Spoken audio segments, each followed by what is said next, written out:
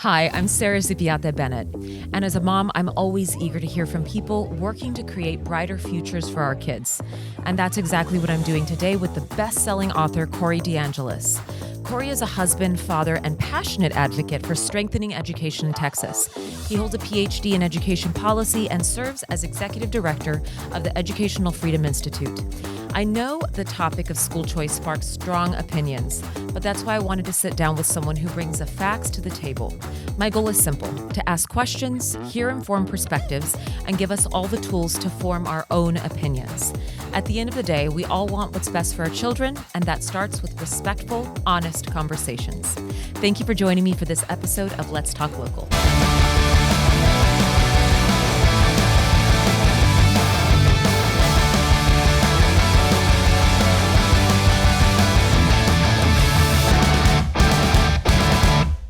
Corey, I'm so glad that you're here. Thank you for stopping by the show on your way to your event tonight. You are the subject matter expert these days when it comes to school choice. Yeah, thank you so much for having me. Yeah, thanks for being here. I'm thrilled to delve into this topic with you because it's one that is extremely emotionally inducing for a lot of people. I'm a libertarian. You're a libertarian. In this terrific book of yours, Parent Revolution, right here. He actually signed my copy. Don't open it because it's horrible handwriting. No, stop.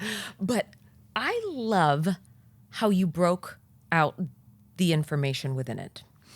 I have always championed education, and my mother was a teacher for 38 years. You said your mother's a teacher. Mm-hmm. And she's a public school teacher? Yeah, she's in the public school system still. She's thinking about retiring soon, but she's been in it for decades. So when people try to respond to my book or my arguments for school choice by saying, you must not like public school employees, well, my mom is one. I'm really bad at that if I do dislike the public school employees. Yeah. I support them, and I think school choice doesn't just benefit students and parents, the customers, it also benefits the employees, because in the current system, I mean, the teachers are getting the short end of the stick. They're having to deal with red tape, regulations. More money's being thrown at the problem, but it's not going into the classroom. It's not going towards the teachers. It's going towards the administrative bloat. It's going towards the superintendents. We have about a dozen in Texas who make more than the president of the United States. That's over right. $400,000 a year. $500,000. It's insane. Yep. I love that you opened with that, because my mother too, like I said, she taught for 38 years before she passed. And in her final years, she was miserable. The system was set up in a way at that point in her life, and she was born in 1940. So she was teaching for more than likely much before your mother. And she was able to see the complete decline of our society. And when you wrote your book, that you were able to compare between two types of schooling, and one place you were learning how to have a gangster limp.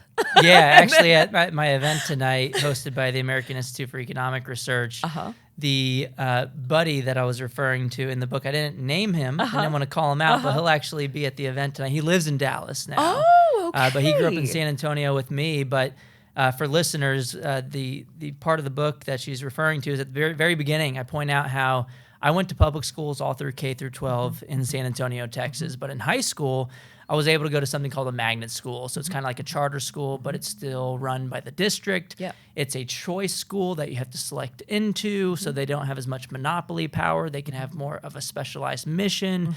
They had to cater to the needs of their customers because you have to apply to get into these schools. And it was actually on the physical campus of the school that I was assigned to. I played sports for the school I was assigned to. That was the government-run institution.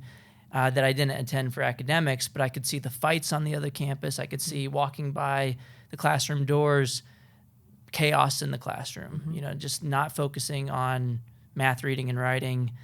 And, I went to middle school in my assigned school where, I had the story of me not walking the correct way. The culture was to walk with a limp if you wanted to be cool. People were doing drugs. People were getting rolled into gangs in the bathroom. I didn't even know this. I usually bring this up with people and they haven't heard of it before. But if you got beat up in the bathroom in my middle school, that was a form of initiation into a gang, and that was something that was accepted, but not only accepted, it was incentivized. That was kind of a form of social status, if you will.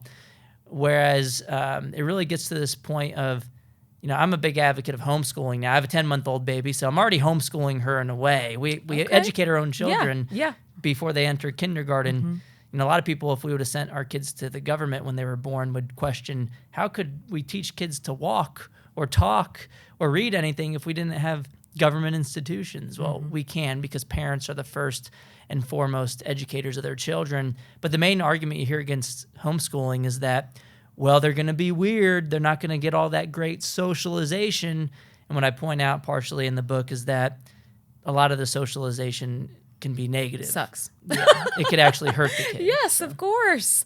And my sister, she actually homeschools, but many members in my family were in gangs, incarcerated, just the impoverished circumstances that kind of circulated even my own life. I'm originally from El Paso, but really humble beginnings.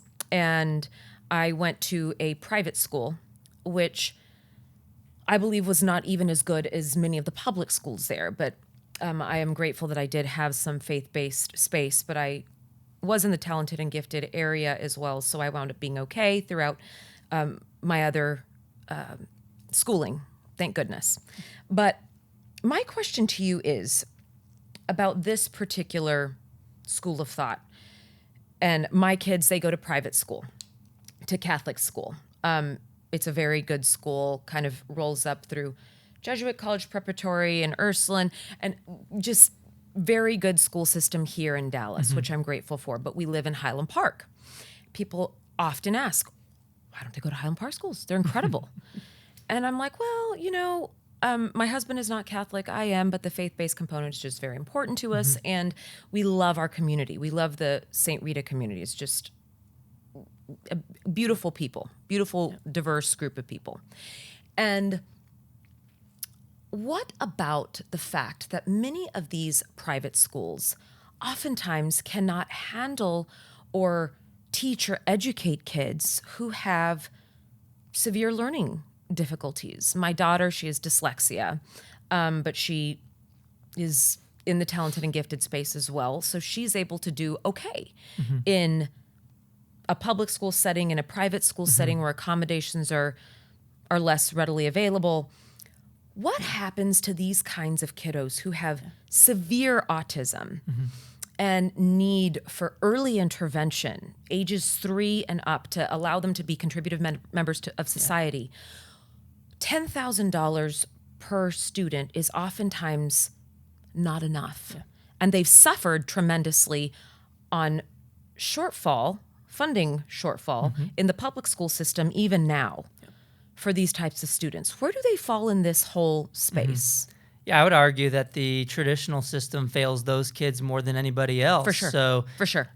This argument applies to the status quo as well. And I will say the bill that just passed in Texas, it is an average of $10,000 scholarship per student for the education savings accounts. But like they did in Arizona, they're tying that amount to what would have been spent in the public schools, and students with special needs oftentimes could get about $30,000 in the traditional setting, so that amount could follow the child into the private setting as well, which would allow the private schools to afford more of these services that they couldn't before. I mean, currently the private schools, it's amazing that any of them exist at all, because they're having to compete with a free good that, let's be real, in Texas public schools, the average spending per student is near $20,000 per student per year. And so they're spending a ton of money. With all the local taxes contributed to that baseline of what, 6,000 whatever. Yeah, and even before this program passed, there's actually a nationwide provision in the Individuals with Disabilities Education Act, IDEA. It's the federal education law. And there's a stipulation in there. A lot of parents don't know this, but you can use this even in blue states like California and New York. If you have a student that is labeled with a special need in the traditional public school system, you can make an argument that your federal education rights are being violated in the traditional public school system if they can't meet your special need for whatever reason. For sure, yeah. Obviously, the school district will fight that, and because they get more money per student for those kids, and so they fight as hard as possible to say, no, we checked these boxes, we're meeting their needs, we hired XYZ person, but that's just a form of box checking. Doesn't actually mean that they are filling that gap and meeting the needs of those children. So, in that provision, if you can prove to a judge or get the district to admit that they are not doing the right thing. Very hard to do. Some family, it is very hard to do, especially if you have to pay for a lawyer to do that, jump through all these hoops. But you do have some families who do have the money to pay for these lawyers who are currently, even in blue states, able to have the money follow the child in some cases. But you shouldn't have to prove that to a judge. That's right. You shouldn't. And who are the most likely to be able to afford this? It's the most advantaged in society. So I think these proposals like we passed in Texas with the money following the child, this makes it easier for less advantaged families to access school choice too.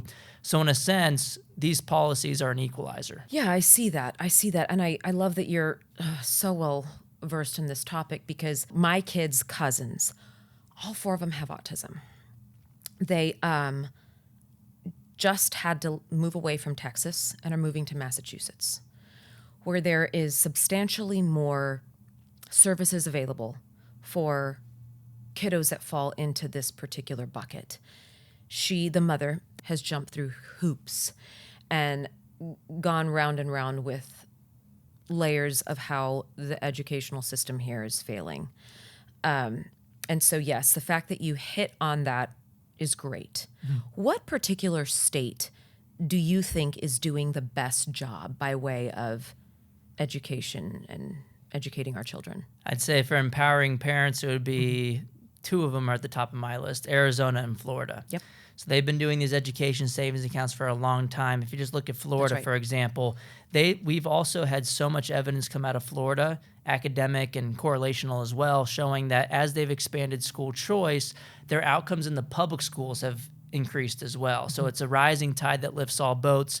It's not public versus private. It's a win-win solution because of competition. When your customers, families, can take their money somewhere else, you have the providers of the service, the schools, and their leaders start to think a little bit about how they're going to allocate those scarce resources most effectively. And so they start to put more of it in the classroom. They start to waste fewer dollars on administrative bloat. And that benefits the kids. It benefits the teachers. And in Florida, we have 10 out of 11 academic studies showing more school choice, better outcomes in the public schools. A couple decades ago, on the nation's report card, which measures math and reading outcomes, they were at the bottom of the pack on academic outcomes in Florida. I wasn't aware of that. Yeah, they were doing horribly. Okay. This is a couple decades ago. But since then, they've gone to universal school choice. Yes, that's right. They have over 500,000 kids using private school scholarships in Florida in the most recent data available. And most recently, they've been ranked number 1 on education by U.S. News and World Report, and it's not a money issue. They haven't increased spending. They have a little bit, but they spend 27% less than the national average, and they're doing better after you adjust for differences in student demographics across states. So I'd say it's an incentive issue rather than a money issue. And something you pointed out earlier stood out to me that, a lot of people were asking you, why didn't you send your kids to Highland Park? And I think that's part of why we're seeing this parent revolution right now. Before we had the COVID school closures, a lot of families thought, if my school has high standardized test scores, if it's an A-rated school by the state, must be a good school, maybe I shouldn't have anything to worry about. Well, when the schools were closed based on, mostly because teacher unions lobbied the CDC to make it more difficult to reopen the schools, they held children's education hostage for money. They got billions of dollars in ransom payments from taxpayers in the COVID relief bills, which, by the way, they didn't use that money on reopening schools. They used it on hiring more people, what they always wanted, which means more dues-paying members, which benefits people like Randy Weingarten, who make over $500,000 a year. That's right. And they inject politics into the classroom. And guess what? Parents got to see that through Zoom school, which this remote learning was a joke. I mean, it was horrific. We should have called it remotely learning. Our school was actually pretty good, but I But in so many cases, I Yep. mean, especially for low-income families, Correct. they were just They did nothing. they saw the biggest learning loss during that time more than anybody else. And even a Harvard study of all places showed this, and CNN out of all places reported on it, which was funny because the Chicago Teachers Union during that time had tweeted out, the push to reopen schools is rooted in sexism, racism, and misogyny. I mean, things that just didn't make any sense Makes at no all. sense. But families got to see that was the silver lining. Hold on, I thought my school was great. You're not focused on the basics like I thought you were. You're focused on gender ideology, critical race theory. I didn't even know what this was before the closures. It sounds pretty Marxist to me, and families didn't want that divisive curriculum. And Correct. so some legislators tried to ban these concepts, and that was a step in the right direction, but we started to see that the schools were still doing it anyway. They would just call it something else. They were cutting off mics at school board meetings, labeling parents as domestic terrorists. Correct. So what was the next logical step?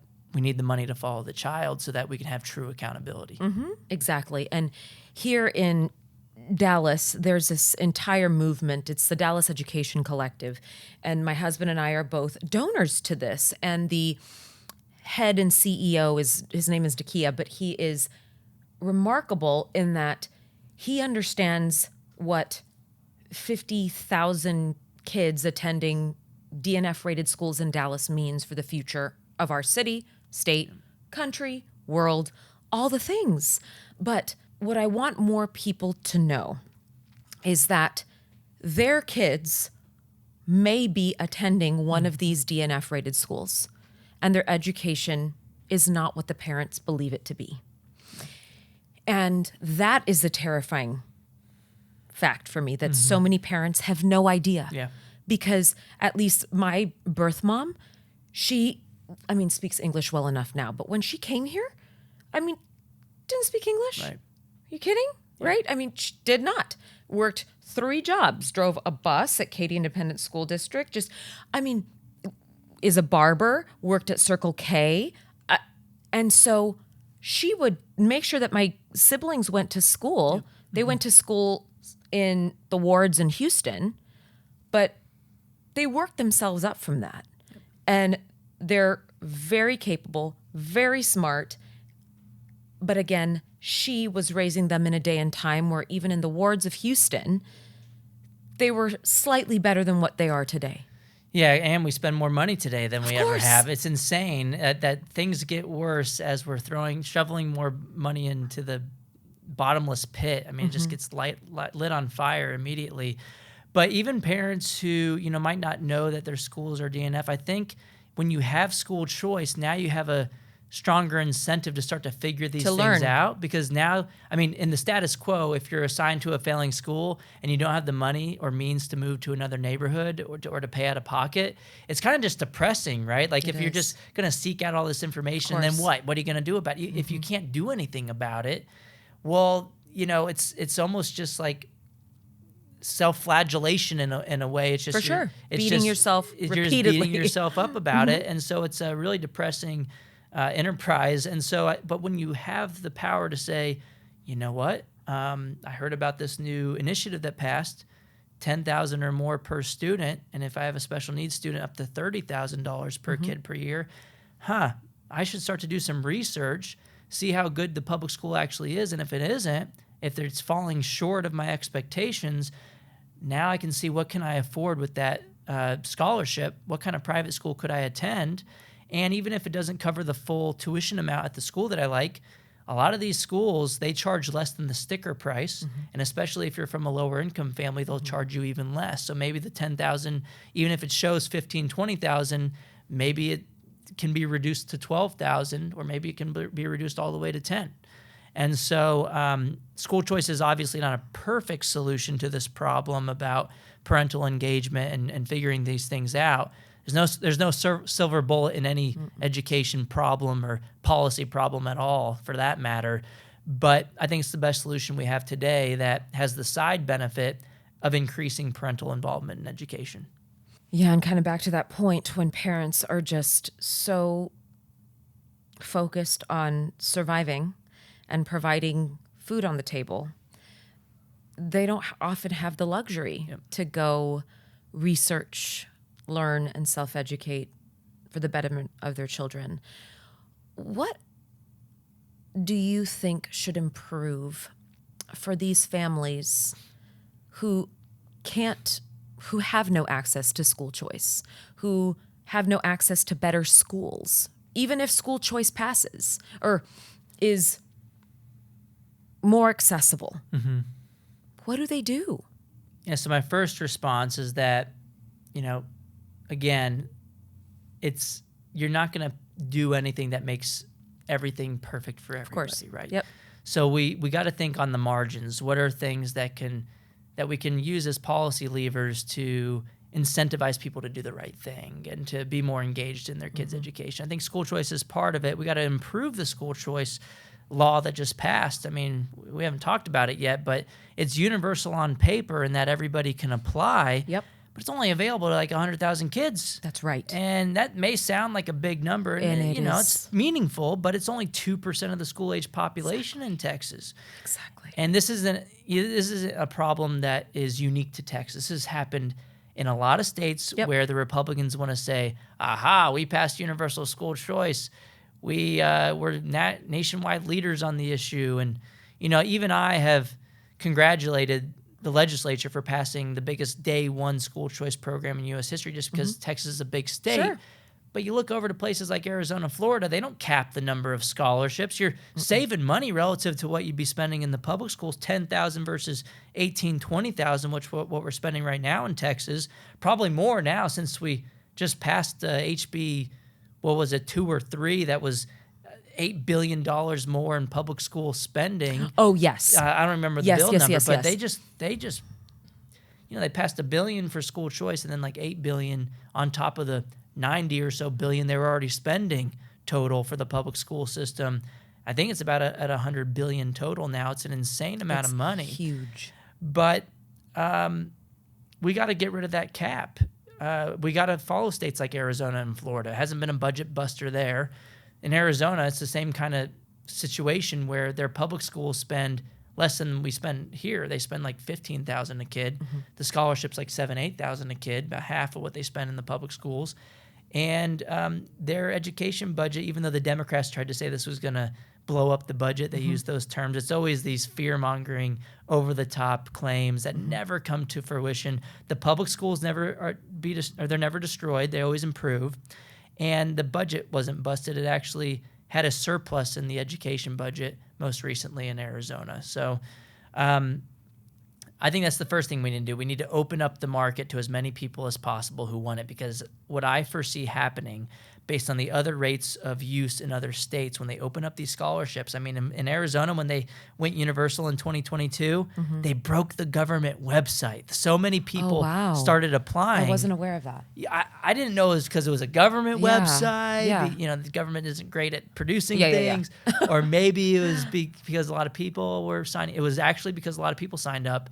They went from 10,000 families using it to immediately jumping up to about 90,000 families using their school choice program in Arizona. That's a smaller state than Texas, but that's, at least over 5% of their school age population.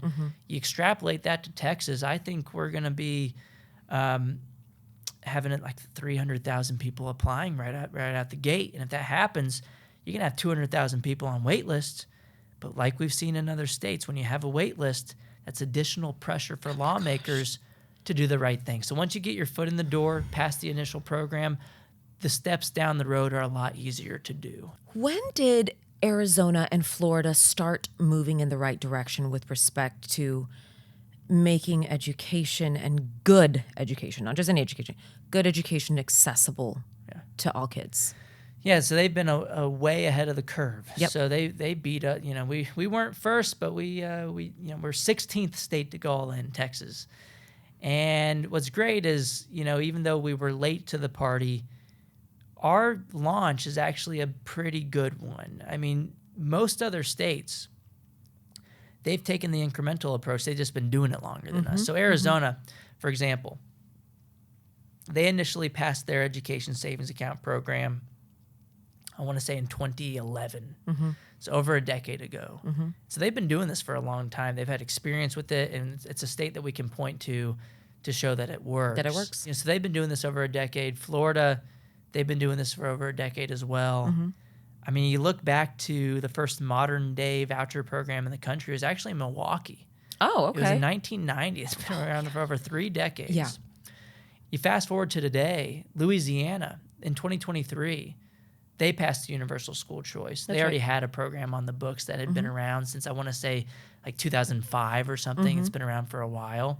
They passed a better all-in universal program recently, and they had 40,000 families apply right off the bat. And it was only open for a month, the application window.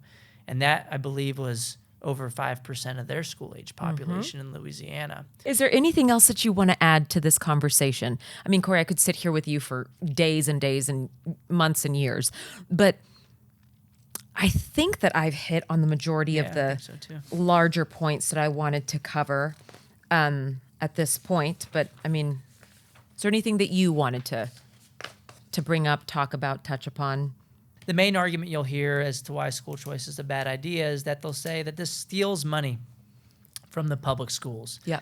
Our quick response is that the money doesn't belong to any of the schools, whether they're public or private. The money is meant for educating the child, and it should follow them to the institution that best meets their needs and aligns with their values. And if that's the public school, fine. That's right. If you like your public school, you can keep your public school. But for real this time, unlike with your doctor, the public school is still an option that's on the table.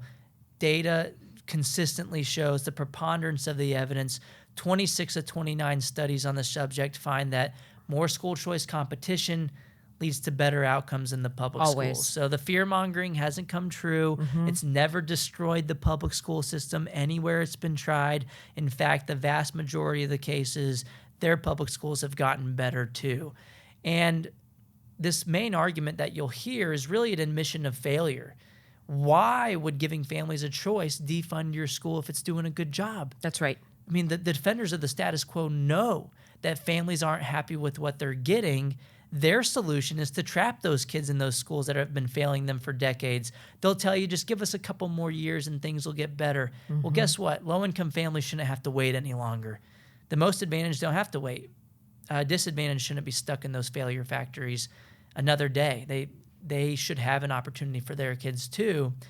And this is really an argument for school choice, not against it. If you're telling me that your main opposition is because you think families are going to go somewhere else, you need to get your own house in order. You need to fix your own schools, because that's not dependent upon the parents to do so, or incumbent upon the parents to do so. It's and the side benefit here is that when parents get a say in their kids' education, it obviously benefits the family unit, but it gives the school boards an incentive to listen to the parents, treat them as customers, don't treat them as an enemy, and to do the right thing. So it shouldn't be an us versus them. It's not parents versus teachers. It's not public versus private. It's about compulsion versus freedom. And I think we should all be on the side of freedom. I agree with that. Thank you for your time today, Corey. You're a wealth of knowledge. And again, if you're ever in the Dallas area, let us know. Absolutely. Thank you so much for having me. Thank you.